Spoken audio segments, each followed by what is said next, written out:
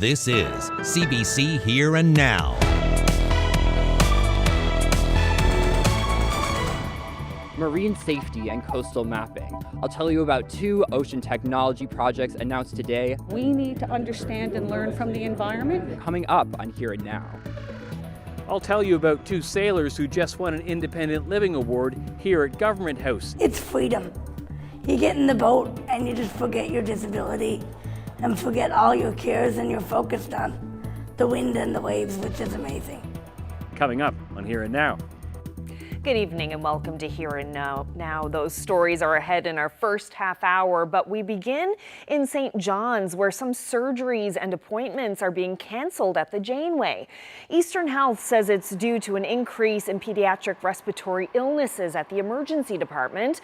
Those with non-urgent cases are being asked to make an appointment with their family doctor instead. Appointment cancellations will start Monday. Patients can expect to be contacted if their surgery or appointment is impacted and will be rescheduled for a later day. Eastern Health says it's brought in additional staff as well as additional waiting areas and treatment spaces to help support the emergency department and inpatient units. Well, the province's top doctor won't be bringing in a mask mandate, but Dr. Janice Fitzgerald does recommend wearing them in high-risk situations. The CBC's Jessica Singer hit the streets of St. John's to see how people feel about masking up. I think it's a good idea because it spreads from germs, and it protects people. Everybody should be wearing a mask. Yeah? There should be mandate. I think it should be up to the person itself. If the person wants to wear it, fine, but I kind of recommend it. I mean, if it makes you feel comfortable, then go for it. Yeah, you gotta do what we gotta do. Are you wearing masks this winter, do you think? This winter coming? Yeah. Inside? Inside? Yeah, if we need to, yeah, for sure. I really don't know, to be honest. I wish that everybody would wear them, actually. Yeah. But that's my feeling. Personally, I live up the shore, and I believe that we should wear masks when we're in the stores. Take them off when you come out. There's been a lot of COVID, so yeah, I think masking is a good thing. We have more details tonight about this week's visit by former UK Prime Minister Tony Blair and his institute's work in this province. Terry Roberts has been looking into this and joins us now from the newsroom. So Terry, what more can you tell us? Yeah, well, Carolyn, look, we were caught off guard on Wednesday to see photos on the Premier's Twitter account showing Andrew Furey welcoming none other than former UK Prime Minister Tony Blair. Now, as you can see, Blair met with the Cabinet. He met with some Liberal backbenchers and, of course, the standard picture inside the Premier's office. Now, we also have some video of Blair's arrival at Confederation Building on Wednesday. Blair was the Prime Minister of the UK and Northern Ireland from 1997 to 2007. Now, 6 years ago, Blair started this. It's the non-profit Tony Blair Institute for Global Change. The Institute's people, they can be found in many countries around the world advising governments. Here's Tony Blair. So we are developing a new policy agenda focused on policies which are radical but sensible, not populist slogans, but effective change. Okay, so Terry, how did the Tony Blair Institute find its way to this province, and what are they doing here? Yeah, well, that's the big question, isn't it? Now, I'm told that Premier Furey asked the Tony Blair Institute to provide their expertise and input on things like strategy, policy, and delivery, with technology as a centerpiece of all this. Now, if all this sounds familiar, well, remember Moya Green and the big reset from a year and a half ago? Well, the one thing that keeps coming up this time, this province's wind energy potential. So apparently, Tony Blair, he thinks we have all the right ingredients to help meet the global demand for clean energy. So there's a couple of people from TBI, as it's called informally, here in the province. They're handing out business cards and meeting politicians, senior government employees. I've also learned that they're meeting with some in the private sector, companies that provide home care services, for example. And they're telling me we're not paying anything for this. So here's what the Premier had to say when we asked about this on Wednesday. Former Prime Minister Blair and I have had a couple of discussions now. And he's providing some very high-level advice, free of charge, mind you, to me, and he offers it to other governments around the world specifically for me, what I'm interested in is how you take a vision in a short period of time and turn it into action. So leaning on, one of the longest serving prime ministers of all time, a historic figure, incredible experience. Now, where's all this going? We're not sure yet. All we know so far is that a high-profile think tank from the other side of the ocean is poking around, seeing how we do things and preparing advice to help us do it better. Carolyn? Thanks so much, Terry.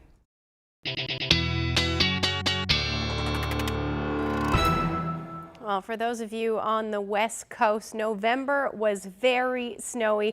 Now that we're in December, the numbers have finally come in. Deer Lake, Corner Brook, no surprise, you actually broke records for the amount of snow that fell this year in November. 154 centimeters in Deer Lake. Now that might not be exactly right, but 114.6 centimeters fell in Corner Brook. That broke the record from 2008, just barely by 0.2 centimeters. And then for Deer Lake, smashed the record from 1938. You saw that was 123 centimeters of snow. So a number of other areas still seeing above average. Goose Bay, Stephenville, Gander even more than double your average for November. You saw about 81.3 centimeters of snow. Now the snow is continuing. We are already seeing some of that colder air again, and the West Coast is seeing that snow. Now we are in for some rain as we head through the weekend, some significant rain yet again. I'll get into the full details coming up. Thanks, Ashley. Climate change and ocean safety, both are top of mind for the marine industry and the focus of two new technology projects based in this province. As Here and Now's Daryl Roberts reports, the group backing them hopes to kickstart massive growth for Canada's ocean economy.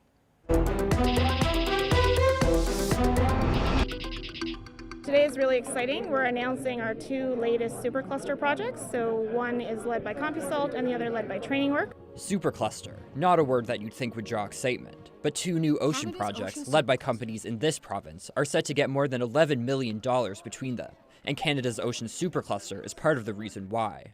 It's a super group comprised of Ottawa, companies, research organizations, and others. These two projects fit with what we fund in terms of their collaborative, they've got global reach, they've got lots of growth opportunity, and they tackle a very significant challenge in the ocean economy.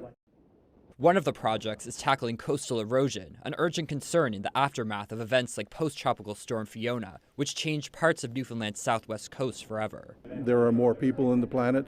There are more things happening with climate change, coastal erosion, impact of severe storms like we saw in Port aux Basques. The CMAS project, as it's called, will use autonomous vehicles to monitor and map coastal erosion. Mitten says the vehicles will also help with search and rescue and pollution cleanup. Instead of people, you actually have these systems near the coastlines monitoring and capturing information about things that can affect our coastlines and our economy and our well-being from a number of perspectives. The other project announced today focuses on the safety of those working offshore. Fatigue is something that we all suffer from. So globally, seafarers, their organizations, but the communities as well, fatigue has impacts on incidents and accidents that have heavy consequences to the environment. So, this can cut across industries and sectors. Training Works is developing a program to help people who work on the ocean recognize and mitigate marine fatigue. Workers will be able to download an app on their phone and access it while on the job. Vatcher says the technology should be available starting next May. Part of our learning is what's going to be done realistically aboard a vessel, when we're going to be able to deliver it safely, and then we will evolve our technology to fit the environment. This isn't something that's being built and jammed in. We need to understand and learn from the environment, and we will adapt our tech to basically fit that.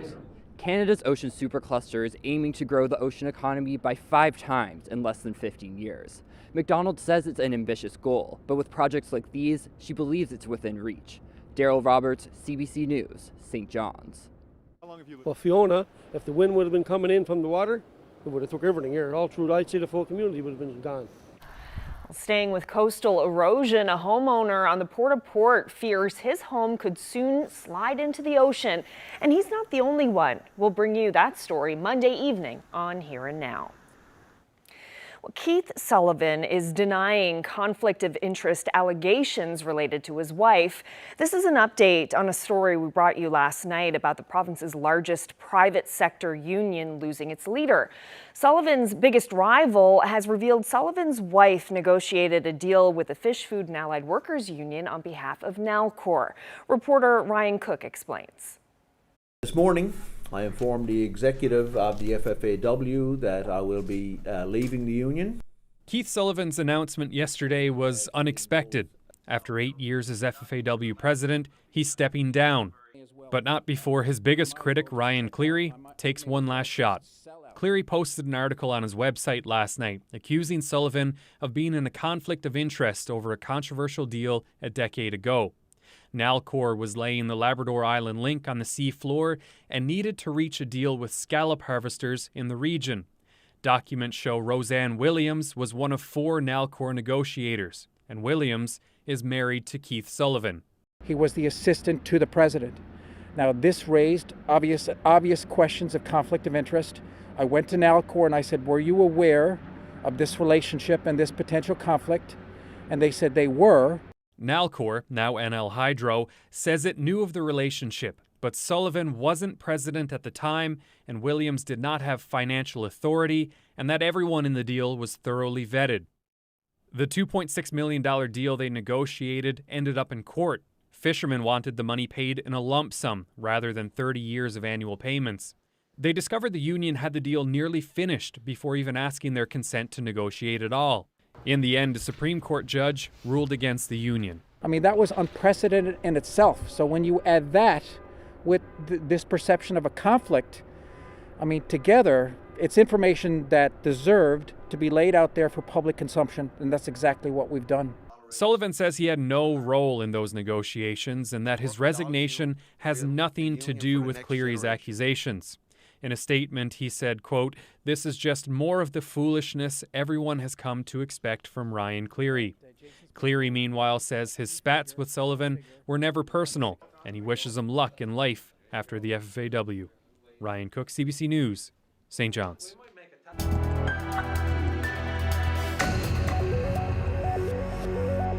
John Risley is defending his flight. Earlier this week, we reported that 3 members of Stephenville's council and a town manager accepted a ride on the billionaire businessman's private jet. They were returning to Canada from a conference in Germany this fall.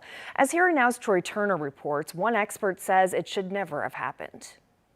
It didn't cost him any money, and he doesn't think it's a big deal. John Risley, the billionaire businessman, says there's a distinction between a politician and a municipal councillor. When Risley flew Stephenville Mayor Tom Rose, Deputy Mayor Susan Fallow, Councillor Myra White, and Town Manager Colin Maddock across the Atlantic, he says it was more about helping community leaders. Generally speaking, politicians would not accept an offer from me to fly on my airplane, and I generally wouldn't make it. I don't see these folks as being sort of politicians in the general sense of things. These are people who are giving their time to their community. These positions are largely volunteer. The Stephenville contingent was in Hamburg for a conference on hydrogen energy. They joined Risley on his private jet for the trip back to Canada after getting refunds for their tickets aboard a commercial airline. The mayor defended that decision earlier this week, saying it saved taxpayers money and there was no personal benefit. But really it was to cultivate the business relationships, and that's what business aviation and business at this scale does. And I'm very, very comfortable with it. A mayor, council members, senior public servant in the municipality, they are not people that should be taking rides on that plane. They're not volunteers. They have serious responsibilities. The company Risley chairs, World Energy GH2, wants to build wind farms and produce green hydrogen in the Stephenville Port-au-Port area. Russell Williams says public officials should have better ethical judgment. We sort of expect these days that politicians not do those sorts of things, but I would go a step further and actually say that it's an explicit conflict of interest and probably violates the existing legislation for those officials. They simply cannot take a gift like that and then continue to involve themselves in representing the community of Stephenville in their dealings with Mr. Risley. That's a conflict of interest. The province recently enacted a Municipal Conduct Act. Towns in the province have until March to create a code of conduct for rules around conflict of interest. It's not clear where the town of Stephenville is in setting up its own code of conduct. Messages left with the town remain unanswered. There is no reference to the code of conduct in council minutes since the law came into force 3 months ago. Troy Turner, CBC News, Corner Brook. The organization Empower NL held its annual Independent Living Awards ceremony at Government House today. The 2022 Young Leader Award winner is Hilary Hennessy. The annual business award went to RBC Royal Bank of Canada, and Vera Parsons is the recipient of the 2022 Cecilia Carroll Award. Two of the people who won an Independent Living Award today are sailors. Both were recognized for their efforts to bring everyone aboard when hitting the water. Here Now's Mark Quinn was at today's ceremony and has this story. Winning an award at Government House in St. John's is cool, but it's probably fair to say that Hayley Redmond would rather be sailing. This is Kitty Vitty Lake, but Redmond sails on the wide open ocean too. It's fast and it's free. I've always been a bit of an adrenaline junkie, so sailing on the ocean I think is my favorite. Redmond and the president of Able Sail NL were awarded today for their work with the group. Redmond talked about why she sails. It's freedom. You get in the boat and you just forget your disability and forget all your cares, and you're focused on the wind and the waves, which is amazing. She also talked about what Able Sail NL is doing to get all hands on deck. We've worked hard as a team to make sailing more inclusive for people with disabilities and to grow our community. And it's super exciting that we've been recognized for that. Our whole goal is to give access to this wonderful sport that we think is a sport that many people can benefit from. Able Sail NL's president is a former professional sailor who helped build a boat for the first quadriplegic to sail the English Channel solo. When I retired from professional sailing and moved to Newfoundland, I figured what a great spot for accessible sailing. I think, we've got such amazing waters here, and the only complaint you hear from a lot of people who go play on the water is that it's always windy. Well, us sailors love the wind, so it's a really perfect marriage for over here. Redmond has some big plans of her own. I want to become more of a leader in the sailing community and to grow a community and show people that people with disabilities can do anything that they want to. Able Sail NL hopes to bring the Mobility Cup, an international sailing regatta for people with disabilities, to Newfoundland in 2025. Mark Quinn, CBC News, St. John's. Well, in 2025, St. John's will host the nation's top young athletes at the Canada Games. Organizers admit there's a lot of work to do between now and then, but they're adamant the city will be ready. They also say the event will provide a major economic boom. Here Now's Jeremy Eaton has more on what to expect. 45 years ago, this was one of the biggest events to ever come to Newfoundland and Labrador. Lots of pomp and circumstance. Canadiens, fellow Canadians. Even a visit from then Prime Minister Pierre Trudeau. Good start, he got a great start. For the third time ever, the province will host Canada's best young athletes. It's exciting. This is going to be a tremendous event. It's going to be, we're going to be able to provide the athletes and the visitors and the families that come here with an experience of a lifetime. After giving up the hosting duties for the 2021 games, many now wonder, will St. John's be ready for 2025? Absolutely. And not only will we be ready, best games ever. Our subtitle is Best Games Ever. Earlier this month, the funding for the final piece of needed infrastructure, $40 million for a new track and field complex complete with high-performance training center. We expect to be in the ground next spring. Probably won't be ready a year before the games, but that's what we're planning on right now. It'll be ready for the games for sure. And a lot of what was built for 77 will host athletes again nearly 50 years later. These are ones that have been invested in or will be invested in even more so. St. Pat's Ballpark and King George V, for example, have undergone significant investments over that time. So some of those facilities are going to be used again. Comparatively speaking to where other host societies are at this juncture, we're right there. As a matter of fact, we're probably farther ahead than some of them have been. So we're feeling pretty comfortable. I mean, we're not cavalier about it, of course, but there's a ton of work left to do. But we got a plan in place, and we got some great people in place too. The event will see thousands of athletes, coaches, and supporters come to town, but the games will need a lot of extra help. We're going to need 5,000 volunteers. We're going to have over 5,000 athletes, sports, coaches.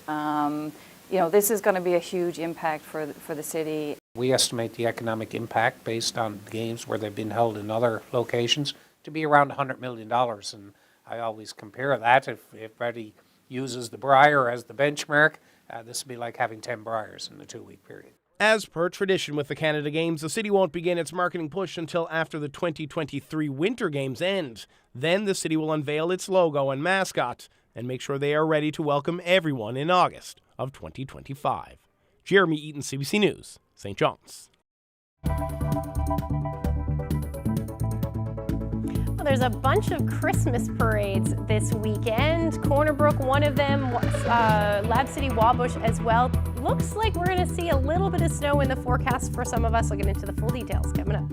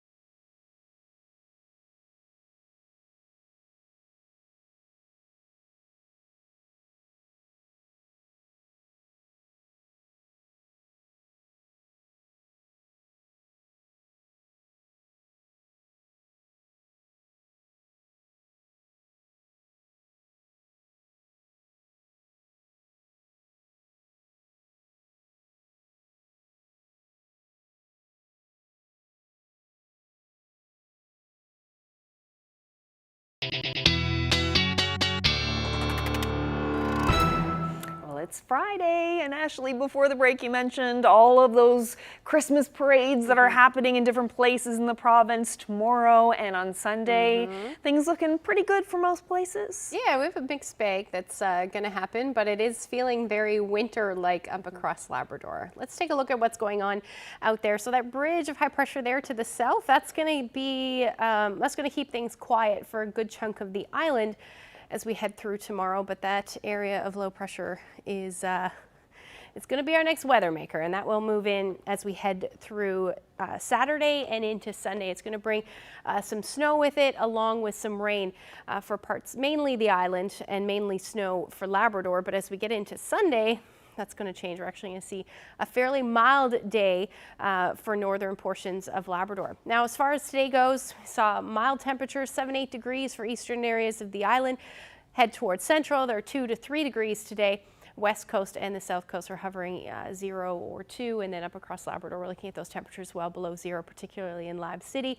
Otherwise, hovering around 1 degree for Happy Valley Goose Bay. So those temperatures have dropped a little bit today, or this evening rather, -4 right now in Happy Valley Goose Bay, and then we have those temperatures below 0 for the most part, and they're going to continue to head down as we head through the night tonight with those temperatures and wind chills getting fairly cold. So right now wind chills are feeling about -5 in St. John's, -7 in Corner Brook, and then up across Labrador your temperatures are in the minus single digits, but they're feeling more like the minus teens when you factor in that wind chill. So as temperatures drop tonight down to anywhere between -3 and -9 tonight across the island, with a bit of a breezy northwest wind further east, around 20 to 40 kilometers per hour. These wind chills are going to feel quite cold.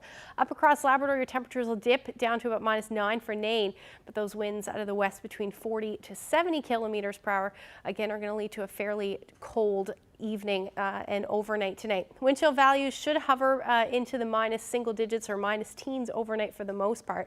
And then up across Labrador, we're talking about those temperatures into the minus single digits, but again, wind chills will be into the minus teens overnight, and same thing as we get into tomorrow morning through parts of central. So if you do have any plans tomorrow morning, you're definitely going to want to bundle up.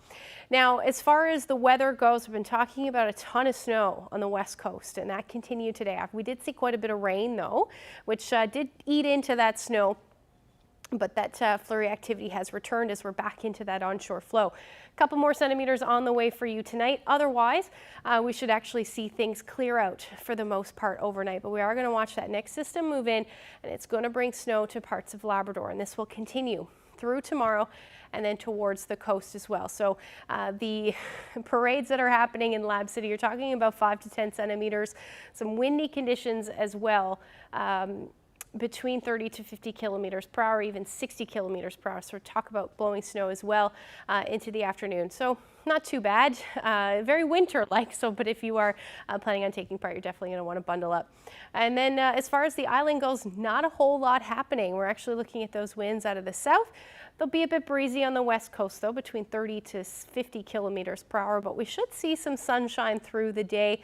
But the clouds will be on the increase though as we head into the afternoon, and that's again as our next weather maker moves in. Now it is going to bring some milder temperatures with it.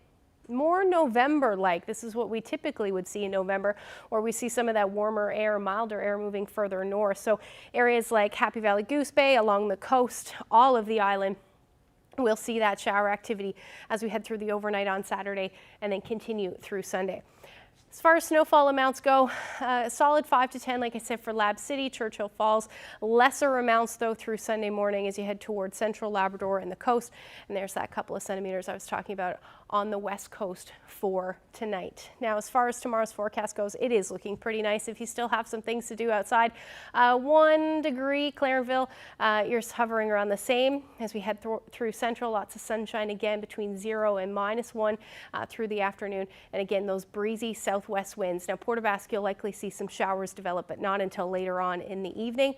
And then for the northern peninsula, southeastern Labrador, you will see that snow move in, particularly for Cartwright, and then snow the story for the rest of Labrador. And like I said, we do have some rain on the way for your Sunday. I'll get into those details coming up.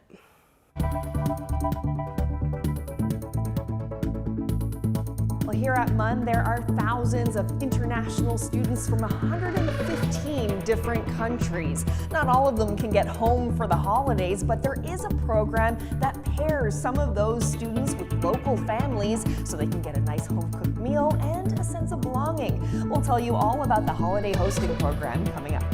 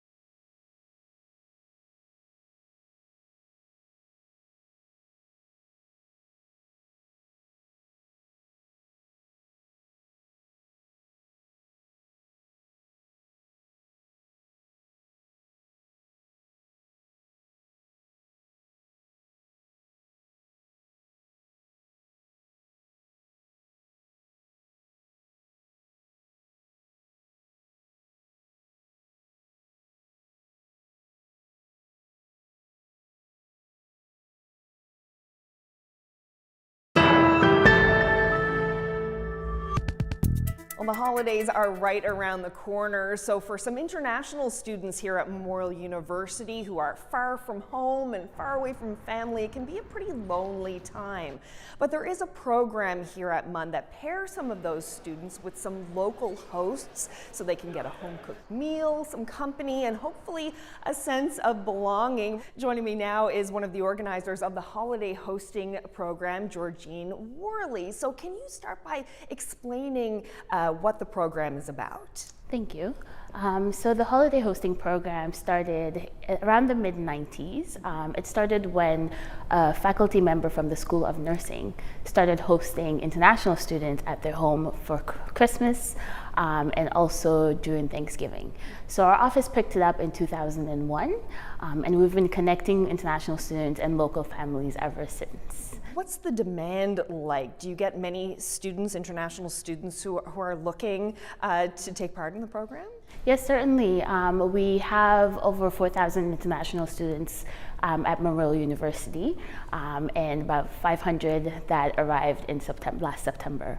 And students are unable to go home. A lot of students are unable to go home during the holiday season, so they stay here in St. John's. And it can be quite isolating here on campus when a lot of folks have left for the holidays. So for the people who sign up for this, like the host side of things, what's expected of them? Yes, so the hosts, the obligation really is to invite 2 students or a family to their home for a holiday meal. So it could be lunch or it could be dinner. There's an option to pick up the students at their home and bring them over for dinner. And the expectation really is just to welcome them into your home, share your holiday traditions with them, and also be open to learn something new from the students as well. Joining us now is Trudy Power. And Trudy, you've been a long-time participant in the holiday hosting program, inviting people into your home. Can you tell us a bit about yourself and why you wanted to be involved? Well, I'm originally grew up in Nova Scotia, in a small town, so we kind of were raised to look after each other, no matter what our circumstances. So when I left home at 19 and moved around 11 times over my career in 3 provinces. So you moved around 11 times. What were you doing for a living? I was a police officer with the RCMP. So you know what it's like to be in a new place and not know anyone. Oh, absolutely, yes. When I came here in 2018, I heard of the program of hosting students here, and I jumped aboard. We had 2 students, Janesh Modi from India and Yasmin from Malaysia. And that developed into 4 years of Christmas and Thanksgiving dinners. So we got to know them pretty well over those 4 years before they graduated. I'm joined again this year to have 2 students I haven't met yet. So we'll start a new relationship and learn a bit about them, and they'll learn a bit about us. If someone is at home watching this now and thinking to themselves, oh, maybe I'd like to be part of this holiday hosting program, what would you say to those people? Why not share your meal with 2 other folks that don't have any family around? I mean, it just makes sense. If you have room and you have the food, why not? My name is Zarin Tasnim, and I am a current student at Memorial University. I am studying mechanical engineering. I'm in my 4th year. I did the holiday hosting program in 2019. That was actually my first year at Memorial University. And I was not traveling home for the holidays, and I was here in St. John's, Newfoundland. And the IO gives out like an email for international students, and I saw the holiday hosting program, and I thought, wow, this would be fun. So I was matched with another student who I also coincidentally knew, and we both were matched with a host. They were a faculty member at MUN, and we emailed back and forth with the time and location where we would meet. I was also offered a ride, which was pretty great because I was a first-year student and I didn't have a mode of transportation.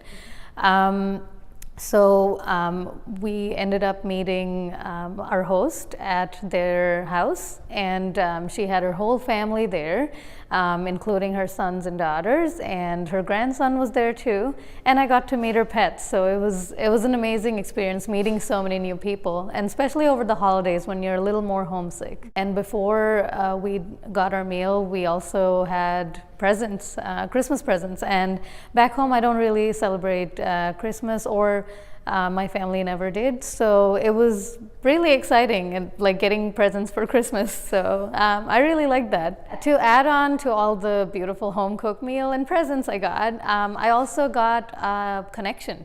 So being a first year student is really hard, and it's hard to make connections with faculty, certain professional connections as well, right? So out of that, I actually got a reference because over the course of the dinner, I got to know her, and she was happy to be helping me out in any future endeavors I pursued. But I think people are super welcoming, and even if you're super shy, you're gonna have no problem fitting in, because the holidays is all about celebrating together.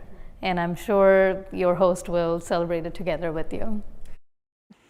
Well, if you'd like to be part of the holiday hosting program, either as a host or a student participant, you can contact Georgine by email at gworley@mun.ca, or you can give her a call at 864-3234.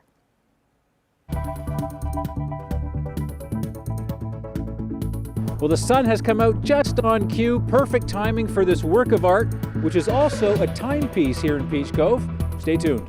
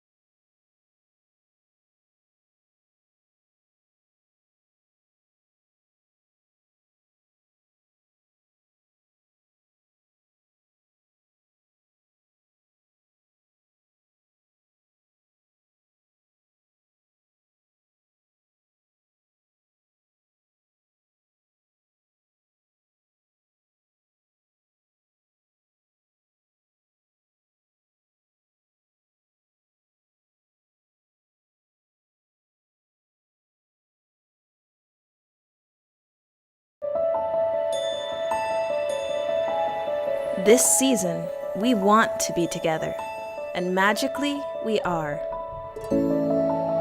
That magic, that energy, what we're doing is actually making a difference. You have the right to eat.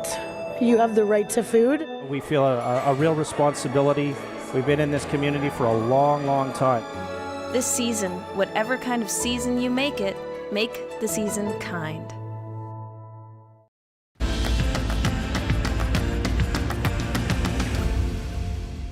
Well, I'm in beautiful Pooch Cove, and this remarkable structure here is actually quite something. Po Chun Lau is going to tell me about it. So, Po, what is this? This is the title of this piece is called An Opening in the Canopy. It's our second installment of a public art project in Pooch Cove. We want to bring art to the community. We want art to be accessible to everyone. Our first project was the water music.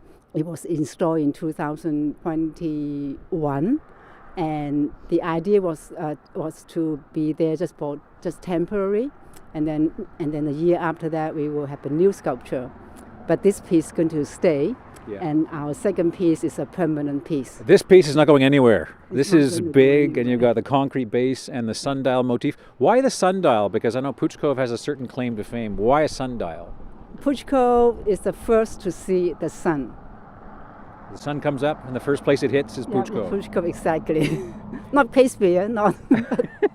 So the idea here is this thing actually works. I'm going to talk to somebody else about that in just a moment. But for the art of it, what do you hope people will take from a public art, where they can come here almost like a park and see it and walk on it and touch it?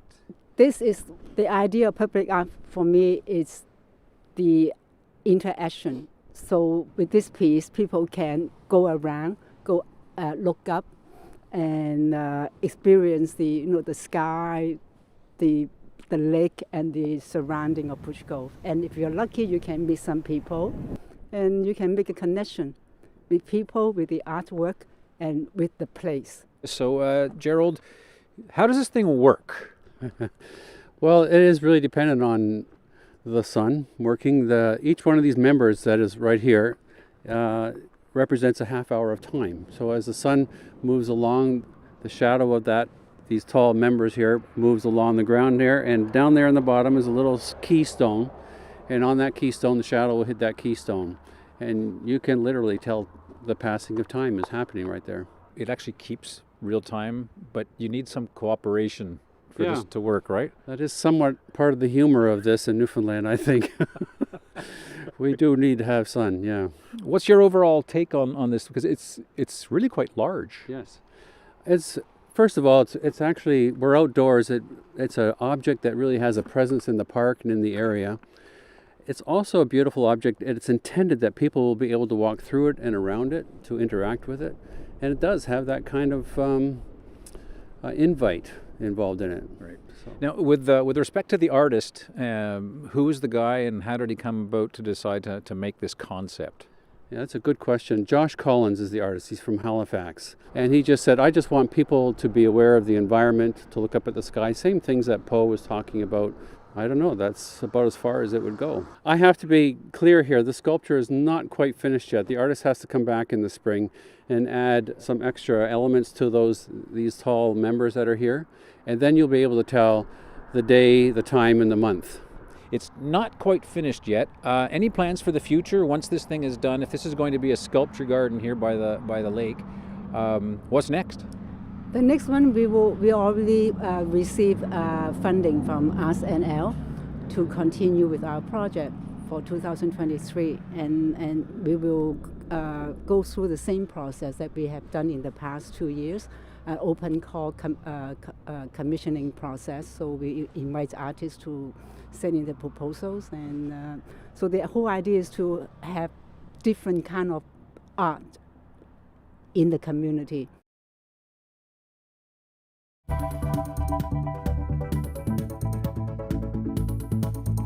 Well, tomorrow on CBC Radio's Weekend AM, you might know him from Q on CBC Radio, but tomorrow Tom Power is appearing on Wham to talk about the upcoming Shalloway and Dardanelles concert.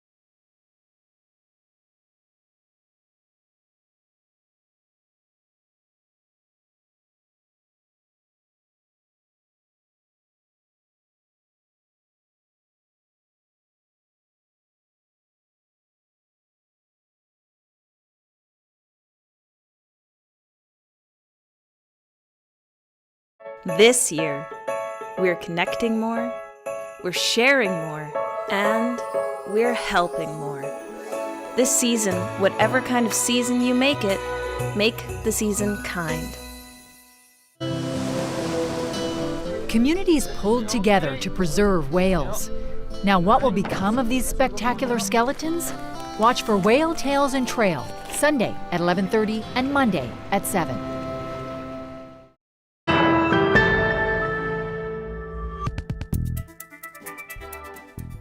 Let's find out who's celebrating. Happy 62nd anniversary to Junior and Marion Bailey of Grand Falls, Windsor. Congratulations to Wes and Florette Thompson of Harbor Grace on their 57th anniversary. Happy anniversary to Jim and Shirley Tapp. They're celebrating 60 years of marriage. Anniversary greetings going out to Diane and Ewart Locke of St. John's. It's their 59th. Happy 59th anniversary also to Don and Vera Parsons of Dover. Wishing Jim and Shirley Mosher of Corner Brook a happy 64th anniversary. Norman and Gloria Leto are marking 60 years of marriage. Congratulations. Best wishes to Carl and Jean Welsh of Conception Bay South, who've been married for 55 years. 50th anniversary greetings going out to Larry and Glennis Tuck of Hants Harbor. Happy 60th anniversary to Margaret and Eric Diamond. They're from Change Islands and now live in Pooch Cove. Happy 50th anniversary to Joan and Gary Parsons of Summerside Bay of Islands. It's a 60th anniversary for Sylvia and Chap Skeard of Codroy Valley. Best wishes to Alf and Loria Chislett of Anchor Point on their 64th anniversary. Happy 55th anniversary today to John and Patricia Boland from Newtown, Bonavista Bay. 50th anniversary greetings to Brenda and Gerald Skiffington of St. John's. Happy 51st anniversary to Kevin and Daphne Fitzgerald from Gooseberry Cove, Trinity Bay. Happy 50th anniversary to Bernice and Don Anderson in Nova Scotia. Congratulations to Scott and Mildred Daw, who are celebrating their 70th wedding anniversary. They're from Fogo Island and now live in Gander.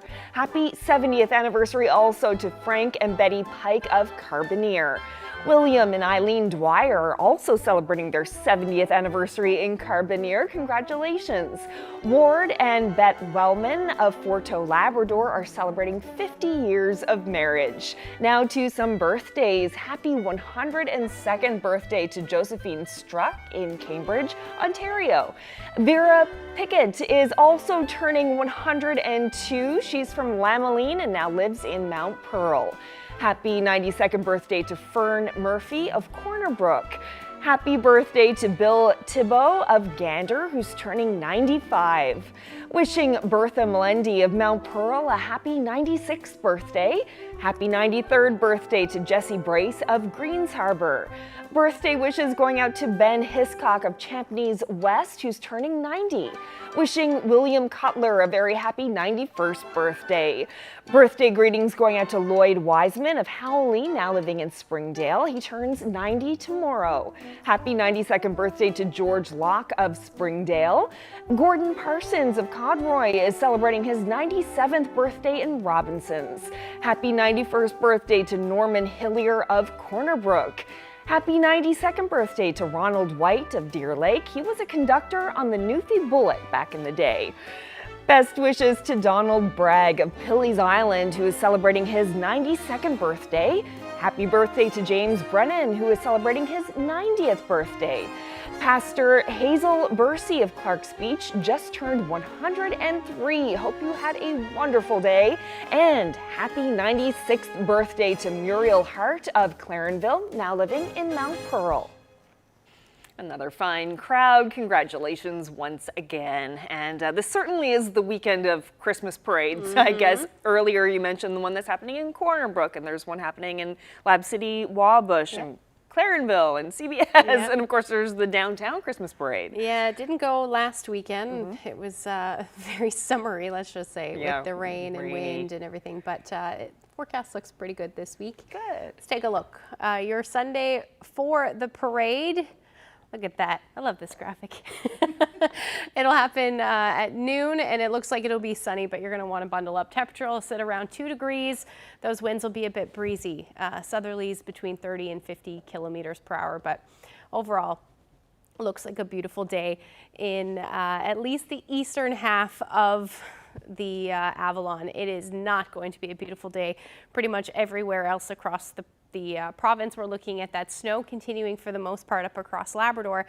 And this system is going to bring some mild conditions on Sunday through central and coastal areas of Labrador. Temperatures will be in the single digits. That means that we'll probably see the snow transition through, well, we will see that snow transition through to some rain, and then rain the story Sunday afternoon as well for the west coast. We'll also see some pretty windy conditions with this one, and that rain will continue to work its way further east as we head through the overnight, eventually reaching central as we get through the overnight period. So temperatures will be between 3 and 6 degrees across most of the island, and then same thing even up across Labrador, between 3 and 6 degrees. Now, Lab City, you'll sit on the cold side of this one at this point, -6. But the good news is the snow will start to end as we get into the afternoon hours. But overall, again, those winds breezy out of the south or southeast, somewhere between 30 to as much as 70, maybe even 80 kilometers per hour in some cases on the west coast.